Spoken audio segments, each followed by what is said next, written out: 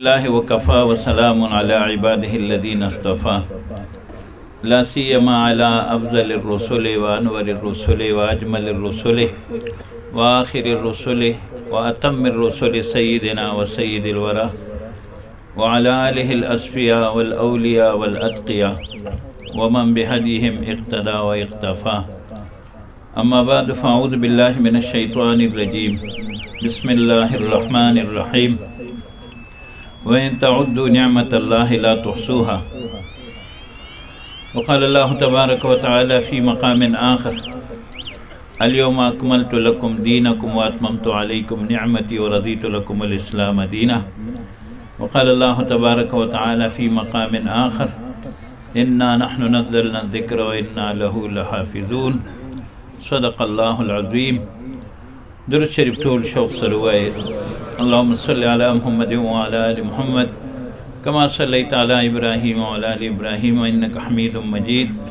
اللهم بارك على محمد وعلى آل محمد كما باركت على إبراهيم وعلى آل إبراهيم إنك حميد مجيد. زما ډیرو محترمو علماء کرامو، طلباء عظامو، مبلغین ذي مقامو، اور زما د عظیم رشتے لا الہ الا اللہ محمد رسول اللہ صلی اللہ علیہ وسلم رشتہ دارو، اللہ تبارک و تعالی دا د مینې محبت، د پیار او د الفت، د عقیدت حاضری خپل در کې قبول او منظور وګرځولي کا. الله جل جلاله دې زموږ او ستاسو نو په دې مجلس کې د خپل فضل و کرم لاندې راضي شي. الله دې د دې مجلس څونه سعادتونه دي په درجه تم او اکمل زموږ د ټولو نصیب وګرځولي کی. زما ډیرو خوش قسمتو محترمو، الله تبارک و تعالی په موږ ډیر احسانات کړي دي. د الله پاک نعمتونه د شمار نه بهر دي. الله پاک په خپله فرمایي: وإن تعدوا نعمت الله لا تحصوها. کو تاسو زما نعمتونه، بلکې د یو نعمت سره چې څونه نعمتونه تعلق لري او تاسو دا شمارل وغواړئ نو تاسو یې نشئ شمارلی.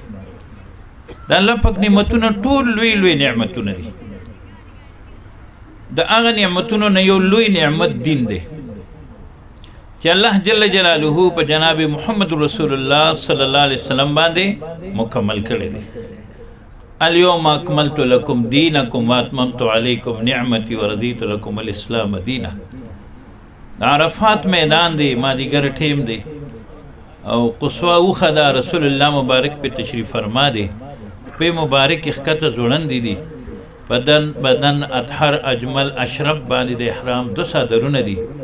مخ مبارک قبله طرف ته دی او د دین د تکمیل اعلان کیږي. الله فرمایي: نن ورځ ما مکمل ک ستاسو د پاره، ستاسو د پیدې د پاره ستاسو دي او په تاسو مې خپل نعمت مکمل کا.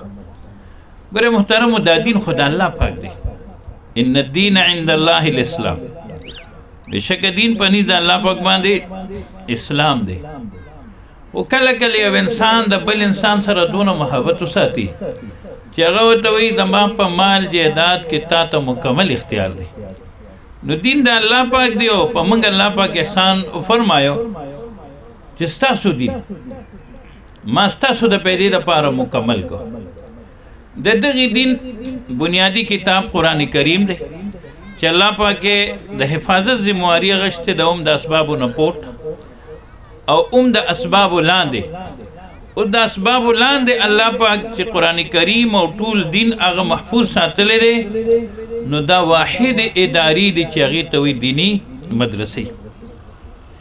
تاسو که نن ګورئ چې زموږ د ملګرو مولانا ډاکټر محمد اخیار صاحب دامت برکاتهم العالیه او مولانا یاسین شاه صاحب دامت برکاتهم العالیه، مولانا امجد خان صاحب دامت برکاتهم العالیه او دا ټول علما او زموږ د اکابر تشریف فرما دي. عزتمندو، دوی په موږ یو عظیم احسان وکړو او د دین د حفاظت هغه زنځیر او هغه سلسله چې هغه آدم علیه السلام ته رسیږي، د هغې سلسلې یو عظیم او مضبوطه کړۍ موږ او تاسو ته دلته کې الحمدلله قایمه کړه. محترمو، دا عالمونه به الوي که موږ بره ګورو اسمان برقرار دی، که ښکته ګورو ځمکه برقرار ده، که نور سپوږمۍ ستوري برقرار دي، خلاصه دا که دا قیامت نه قایمیږي نو دا برکت د چا دی؟ عزتمندو عالمونه به الوي چې علم وي، علم به الوي چې علما وي، علما به الوي چې مدرسې وي، مدرسې به الوي چې ساده طرز زندگی وي. معلومه دا شو چې د مدرسې وجود انتهایی اهمیت لري. کو مدرسه نه وي زه به نه یم، ته به نه، او دنیاوي نسبتونه څه چې د دین ټول نسبتونه به ختم شي. محترمو دغه مخکې میاشتو کې زمونږ د پاکستان د علماو یو وفد بخارا سمرقند ته لاړ. هلته یو مسجد ته علما ورغلل. په بخارا کې یو مشر بابا ناستو په یو جومات کې چې دا علماو سره ملو شو، الیک سلیک شو، ورته وی کوم ځای نه راغلي یې؟ پاکستان نه، دا د علماو وفد دی. وی هغه بابا په ژړا شو او 25 منټه هغه مسلسل وژړل او بیا هغه علماو ته وی چې علماو یا هغه وختو چې د بخارا او سمرقند د زنانو په غیږو کې به د دین د بچو تربیت کېده، یا هغه وخت راغی چې یهود نصارا رالل او موږ یې په خپلو علماو باندې بدګمانه کړو. نن د هغه مسلمانانو زنانو په غیږو کې د یهودو نصارو تربیت کېږي. دا ولې عزتمندو مدرسې ختمې شوې؟ اسی دې کې موږ ټول الحمدلله خوش قسمته مسلمانان راجمع یو. که فرض که دا علما نه وي نو عزتمندو موږ په خپله د دې اهل یو چې موږ د چا جنازه وکړو. دې کې څونه پلاران یې او تاسو مړه شئ، آیا ستاسو بچي د دې اهل دي چې ستاسو جنازه وکړي؟ ستاسو بچي د دې اهل دي چې یو د قبر سره او بل خپو ته ودرېږي او د قرآن کریم تلاوت درته وکړي؟ نن ډیرو خلکو ته دا نه ده معلومه چې په اودس کې څو فرض دي، په مونځ کې څو فرض دي، چې د یو بنده خپل مونځ دغسې دی، دی به د بل د مونځ څه حفاظت وکړي. د دې وجې نه عزتمندو مدرسه ګورې په دیني شعبو کې شعبه نه ده، مدرسه د ټولو دیني شعبو مرکز دی، سمندر دی. د دین ټولې شعبې، کا دعوت و تبلیغ دے، کا جہاد دے، کا طریقت دے، کا اسلامی سیاست دے او کو نور شعبی دی دیتا چه متعلقہ علم حاصلی گی آغاوتا دا مدرسی نہ حاصلی گی. او مدرسہ انسانیت سر لازم راغلے دا. پڑھنبنے مدرسہ کی شاگرد آدم علیہ السلام دے. دا مرگری لگما تا کو رہے مدرسہ ستا ہوئی استاذ تا، شاگرد تا او د علم کتاب تا. د علم عالم او د طالب نوم دیتا مدرسه ہوئی. پڑھنبے مدرسه کی شاگرد څوک دی؟ آدم علیہ السلام. لنبے انسان دے، لنبے مسلمان دے، راغل دنیا تا لنبنے پیغمبر دے او لنبے طالبم دے او په عالم انسانیت کې لومبنی عالم هم دی او په دغه مدرسه کې شاگرد دی او استاد الله پاک دی او علم اللغات دی. انسانیت سره مدرسه لازم رااله قرآن الله. او بیا په اسلام کې لومبنی وحی نه د توحید راغلی ده، نه د رد شرک راغلی ده، نه د بل څه راغلی ده. لومبنی وحی د سورې علق په 5 آیاتونو کې 5 کرته د علم دپاره راغلی دی او په صیغې د امر راغلی ده. اقرأ بسم ربک الذي خلق خلق الانسان من علق. او بیا عزتمندو او دې ټون کې به ډېرو خلکو سوچونه کړي زه به بنګله جوړوم، زه به حجره جوړوم، زه به پارک جوړوم، زه به دا جوړوم، زه به دا جوړوم. او د ډیرو خلکو زینه به د دې مدرسې د دې ځمکې نه ډیر وي. الله دې نصیب کړي.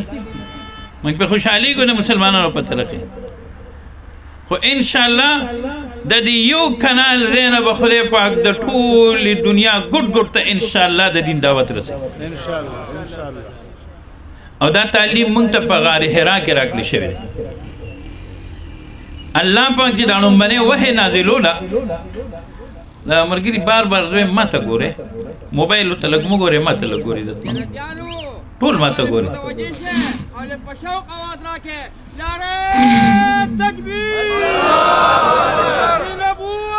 زنده زنده سردار زما پیر حزب الله جان سے زما تن بدن مسربر د ډال په ذریعہ استعمال الله دې خوشاله جزاک الله خدای دې عزت وکړه اوس عزت مند دې ته لږ سوچو کې لومبنه او هي الله پاک بیت الله شریف کې مرا لګل شو حجر اسد سرم مینا مزدلفه عرفات کې مطاف شریف کې مقام ابراهیم سره میزاب رحمت سره په حتیم کې دننه لیکن دا وحی لومبنه الله پاک ول په یو غار کې دی یو غر نازل کړ اشاره ده دیتا چې زما د دین د باره که بلډینګونه نم وي نو بیا به هم زما د دین اشاعت هغه جاري وي اخو یو غر دی یو غار دی په هغې کې لہذا زمونږ دا ټولې مدرسې د دې کړی د غار حرا سره جنګېدلي دي او بیا اړوان دي د آدم علیه السلام هغه مدرسې سره جنګېدلي دي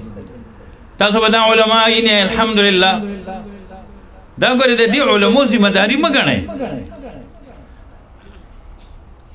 دا زمونږ د ټولو ذمه داري ده سوره صف جمعه منافقون د دې دریو سورتونو اجمالی خلاصه دا ده چې معاشره کې به خصوصا د دین خدمت دا درې ډلې کوي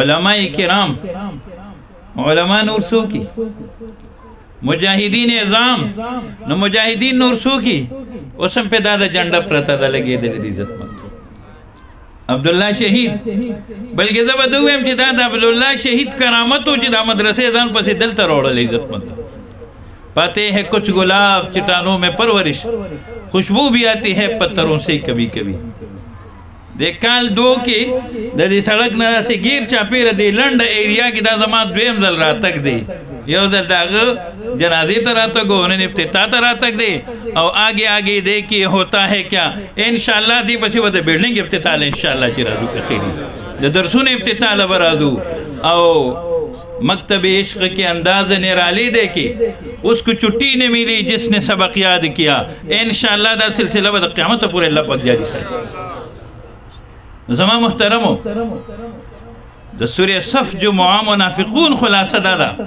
کہ معاشرہ کے با علماء مالداران اہل دولت او سرفروشان اسلام یعنی مجاہدین دا درې ډلې به خصوصا خدمت کوي الحمدللہ علماء هم کوي الحمدللہ مجاہدین هم کوي الحمدللہ مالداران هم کوي خو کم کوي ابه چې ته په زرګو کې دوه درې کسه وي نور عموما د دین خدمت الله پاک د غریبانانو نه اخلي بدأ الاسلام غریبا وسيعود غریبا فطوبى للغرباء غریبانانو مبارکم شدا خدمتونه الله پاک زموږ ستاسو نه علي الحمدلله رسول الله مبارک سره په مکی دور کې څونه ظلمونه کېدل اسلام څونه مظلومو لیکن نبی علیہ السلام د صفا غونډې سره خوا کې د حضرت ارقم رضی الله تعالی عنہ په کور کې مدرسه قائمه کړې وه په کومه مدرسه کې چې حضرت عمر رضی الله تعالی عنہ کلمه ویلې ده مسلمان شوی او چې کله رسول الله مبارک لا مدینه منورې ته هجرت نو فرمایلی نو مصعب ابن عمیر رضی الله عنہ دا ډیر نیازبین صحابي و د مدینه منورې ته ولېږه چې ته خلکو ته تعلیم ورکړه